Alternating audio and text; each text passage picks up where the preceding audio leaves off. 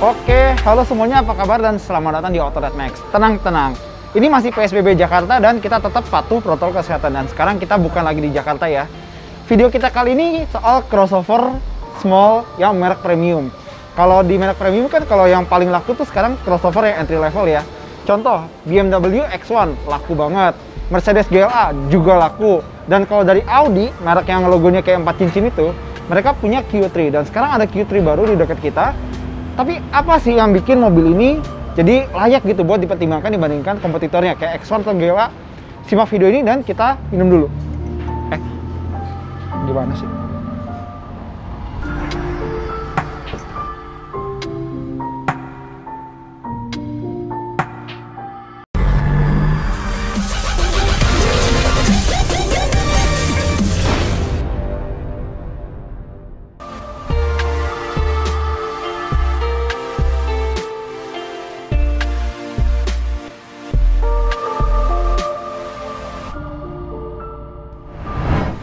Oke, sebelumnya kita udah pernah bikin video si Q3 baru ini ada di sebelah kiri situ, di review sama Audi. Ya, Audi bahas Audi. Sekarang kita mau bahas detail-detailnya aja, kemarin nggak sempat dibahas. Pertama, kalau lihat grillnya, dia grill itu one piece, satu potong. Jadi nggak ada sambungan di sini nggak ada sambungan. Ini tuh satu potong plug dipasang. Susah sih bikin ginian. Kedua, kalau mobil-mobil Audi baru itu biasanya di sebelah sini udah mulai nggak ada lampu kabut. Kalau kayak di A5 atau RS5 di situ diganti sensor buat adaptive cruise control. Ketiga, kalau mobil lain atau crossover lain biasanya cladding-claddingan plastiknya itu dicat doff biar kelihatan kayak anak off-road ya. Padahal boro-boro, mainnya juga ke mall palingan. Tapi kalau si Q3 ini dia dicat kinclong, jadi gloss warna body biar lebih kayak urban, lebih metropolitan, lebih metropolis. Nah, terus keempat, cara yang paling bener buat ngebedain Q3 lama sama yang baru ini itu kelihatan di desain lampunya, terutama tarikan di sebelah sini. Di lampu depan sama di lampu belakang juga ada tarikan yang sama. Lampu depan pastinya LED ya, dan emang agak susah buat bedain Q3 baru ini sama yang lama. Selain dari lampu tadi, di depan kita juga dapat fender yang lebih lebar, sama di belakang juga ada yang melebar, jadi kelihatannya sedikit lebih keker ya. Dan overall gue nggak ada masalah sama penampilannya, oke, kelihatan premium. Satu-satunya yang kurang, peleknya kekecilan. Sekarang kita masuk yuk.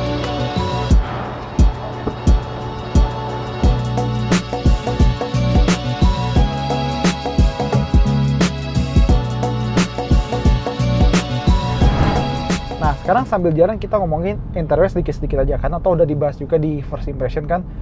Jadi apa yang paling menarik dari interior Audi baru ya, itu virtual cockpitnya. Dia punya layar yang bagus, resolusi jernih, dan yang gue seneng adalah kita bisa gede atau kecilin speedometer sama tachometer sesuai kebutuhan. Kalau misalnya kita pengen informasi yang full display, misalnya kita bisa lihat MID, media, bensin, atau bahkan peta seperti ini.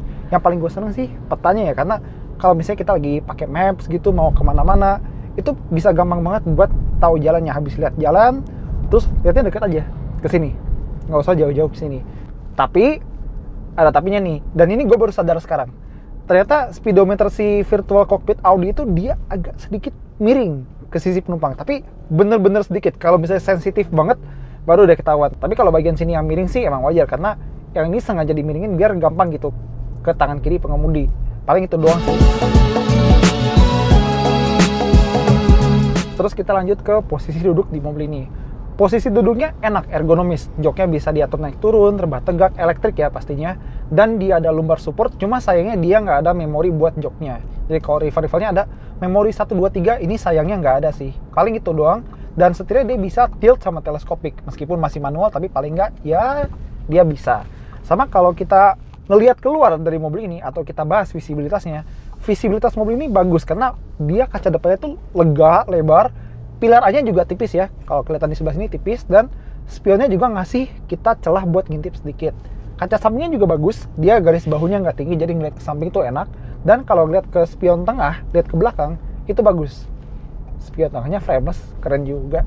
Oke, interior paling segitu dulu aja. Sekarang kita mau bahas nyetirnya. Jadi apa yang berbeda dibandingkan dengan nyetir crossover lain dari BMW atau Mercy? Apa bedanya nyetir Q3? Pertama-tama, dia pakai mesin 1400 turbo. Ya, sebenarnya ini mesin lama sih. Cuma ya, kalau misalnya bahan bakar Indonesia lebih bagus, mungkin kita akan dapat mesin baru. Tapi ya udahlah, dia sekitar 150 PS, 250 Nm, dan 0 ke 100-nya dia 9 detikan dan dia penggerak roda depan. Dan apa yang gue rasakan adalah dia punya turbo lag yang kalau misalnya kita kick down, dia turbo lag-nya lumayan berasa kalau misalnya kita pengen nyetirnya ugal-ugalan. Tapi kalau kita nyetir santai, turbo lag-nya itu nggak akan jadi masalah yang berarti karena dia lumayan halus, tenaga sama torsinya itu cukup ya. Nggak berlebihan, tapi cukup. Dan transmisinya dia pakai transmisi kopling ganda 6 percepatan dan pergantian giginya halus. Bahkan dibanding kopling gandanya Mercedes atau bahkan BMW. Dia ganti giginya halus baik di kecepatan rendah maupun kecepatan tinggi. Habis itu kalau kita bahas peredaman suara, di kecepatan rendah menengah dia peredaman suaranya bagus, dia tenang, nggak banyak suara yang masuk. Tapi begitu kita udah sampai tol nih ya, misalnya kecepatan 80 atau 100, itu suara-suara dari ban itu udah mulai sedikit masuk meskipun tidak sampai taraf mengganggu. Terus salah satu hal yang menurut gue si Audi Q3 ini juara dibandingkan sama lawan-lawannya itu adalah di bagian kehalusan terutama suspensinya. Oke, jadi meskipun tadi gue komplain ya, peleknya kekecilan, gue rasa itu malah ngebantu bantingan mobil ini karena mobil ini punya bantingan suspensi yang lembut dan halus. Dibanding X1 gue rasa lebih halus dari ini, tapi kalau dibanding GLA gue nggak tahu karena gue belum nyetir GLA baru. Ya mungkin nanti kita coba, tapi overall mobil ini punya bantingan yang halus. Jadi sekalipun kita misalnya ketemu jalan yang keriting nih, jalannya rusak belum diaspal, itu kita di dalam tuh nggak tergoncang-goncang terlalu banyak, masih terasa nyaman, masih terasa empuk dan halus. Pedal gasnya tuh nggak terlalu sensitif, pedal remnya juga bagus ya. Jadi ngeremnya tuh ketakar, injek dikit dia ngeremnya dikit, injek banyak juga dia baru ngeremnya banyak. Dan setirnya ini dia adaptif tergantung kecepatan. Jadi kalau misalnya kita kecepatan rendah ya maksudnya. Jadi kalau kita di kecepatan terendah, dia tuh enteng. Jadi kalau misalnya lagi di parkiran, manuvernya gampang. Lagi putar balik juga manuvernya gampang. Cuma begitu kita makin ngebut, dia jadi lebih berat biar kita nyetirnya lebih mantap. Nah contoh, sekarang kita mau muter balik dan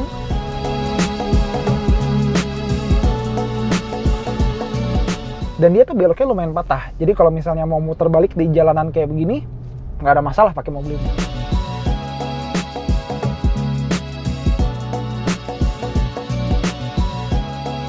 Oke, jadi kalau kita pengen ngerasain tenaganya, kita langsung pindahin ke gearbox S aja ya. Dia gearboxnya jadi lebih nahan di gigi rendah. Sekarang kita gaspol. Seperti gue bilang tadi, kalau misalnya kita di mode D, terus kita kick down, dia turbo lag-nya lumayan berasa. Tapi karena kita masukin tadi di S ya, di sport, dia jadi lebih nahan gigi di gigi rendah. Jadi dia lebih main. Jadi nggak terlalu lama nunggu turbo lag-nya. Sekarang kita pindahin ke D lagi. Dan mobil ini juga sebenarnya punya handling yang oke-oke aja. Nggak bagus, tapi juga nggak pantas buat kita bilang buruk buat sebuah crossover premium. Dan sekarang kalau kita bahas handling mobil ini, dia punya handling yang gue bilang sih cukup. Nggak wah, tapi juga nggak pantas buat dibilang buruk. Karena kalau kita belok-belok kayak gini, kita bisa ngerasain kalau akurasi setirnya juga oke, responnya juga lumayan oke. Body rollnya sih ada ya, nih kayak begini-begini nih. Body rollnya sih ada, tapi wajar dan terkendali. Nggak nakutin dan nggak nyeremin sama sekali. Ya tapi gimana pun juga si Audi Q3 ini dia nggak sempurna ya. Karena menurut gue salah satu minus yang paling ngeganggu buat mobil Stargate 777 sebelum pajak ini, dia punya feature yang boleh gue bilang kosong. Ya oke lah, ada virtual cockpit, kelihatannya canggih, bagus, terus layar sini sama layar sini bisa beda, tapi habis dari itu nggak ada feature yang spesial gitu. Bahkan cruise control aja nggak ada. Ini, yang di sini, ini bukan cruise control. Ini speed limiter buat ngebatasin kecepatan. Siapa yang pakai speed limiter coba di Indonesia? Dan bahkan ya buat mobil ini, dia nggak ada Android Auto, dia nggak ada Apple CarPlay, wireless charging juga nggak ada, lampu kabin atau ambient light juga nggak ada, dan kayak sayang aja gitu. Di sini sih ada hill descent control, cuma brake hold nggak ada, driving mode aja nggak ada. Jadi misalnya GLA kan dia punya kayak Eco, Comfort, Sport gitu-gitu. BMW punya Comfort, Eco Pro sama Sport, ini nggak ada. Bedanya cuma drive sama Sport di sini doang. Habis itu nggak ada lagi. Agak sayang aja sih.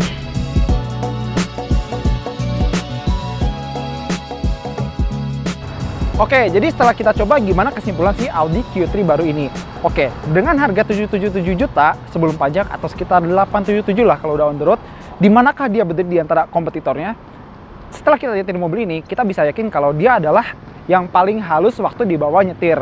Power mesinnya oke, torsinya cukup, gearboxnya juga lumayan halus, dan handlingnya juga oke. Tapi apa yang kita senang adalah dia punya suspensi atau bantingan yang paling lembut dan paling halus dibandingkan sama rival-rivalnya. Dan nggak cuma itu, dia lumayan praktis, kabinnya lega depan belakang, bagasinya juga oke, tempat nyimpan lumayan banyak, dan yang paling utama, virtual cockpitnya tuh bikin kita ngerasa, wih, ini mobil canggih juga ternyata.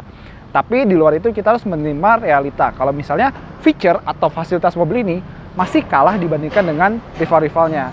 Oke, semuanya itu aja dari Autoreflex. Thank you banget udah nonton, dan jangan lupa like video ini, jangan lupa subscribe, dan jangan lupa beri komentar. Oke semuanya, saya Hilary Satrio pamit undur diri, hati-hati di rumah dan pakai masker.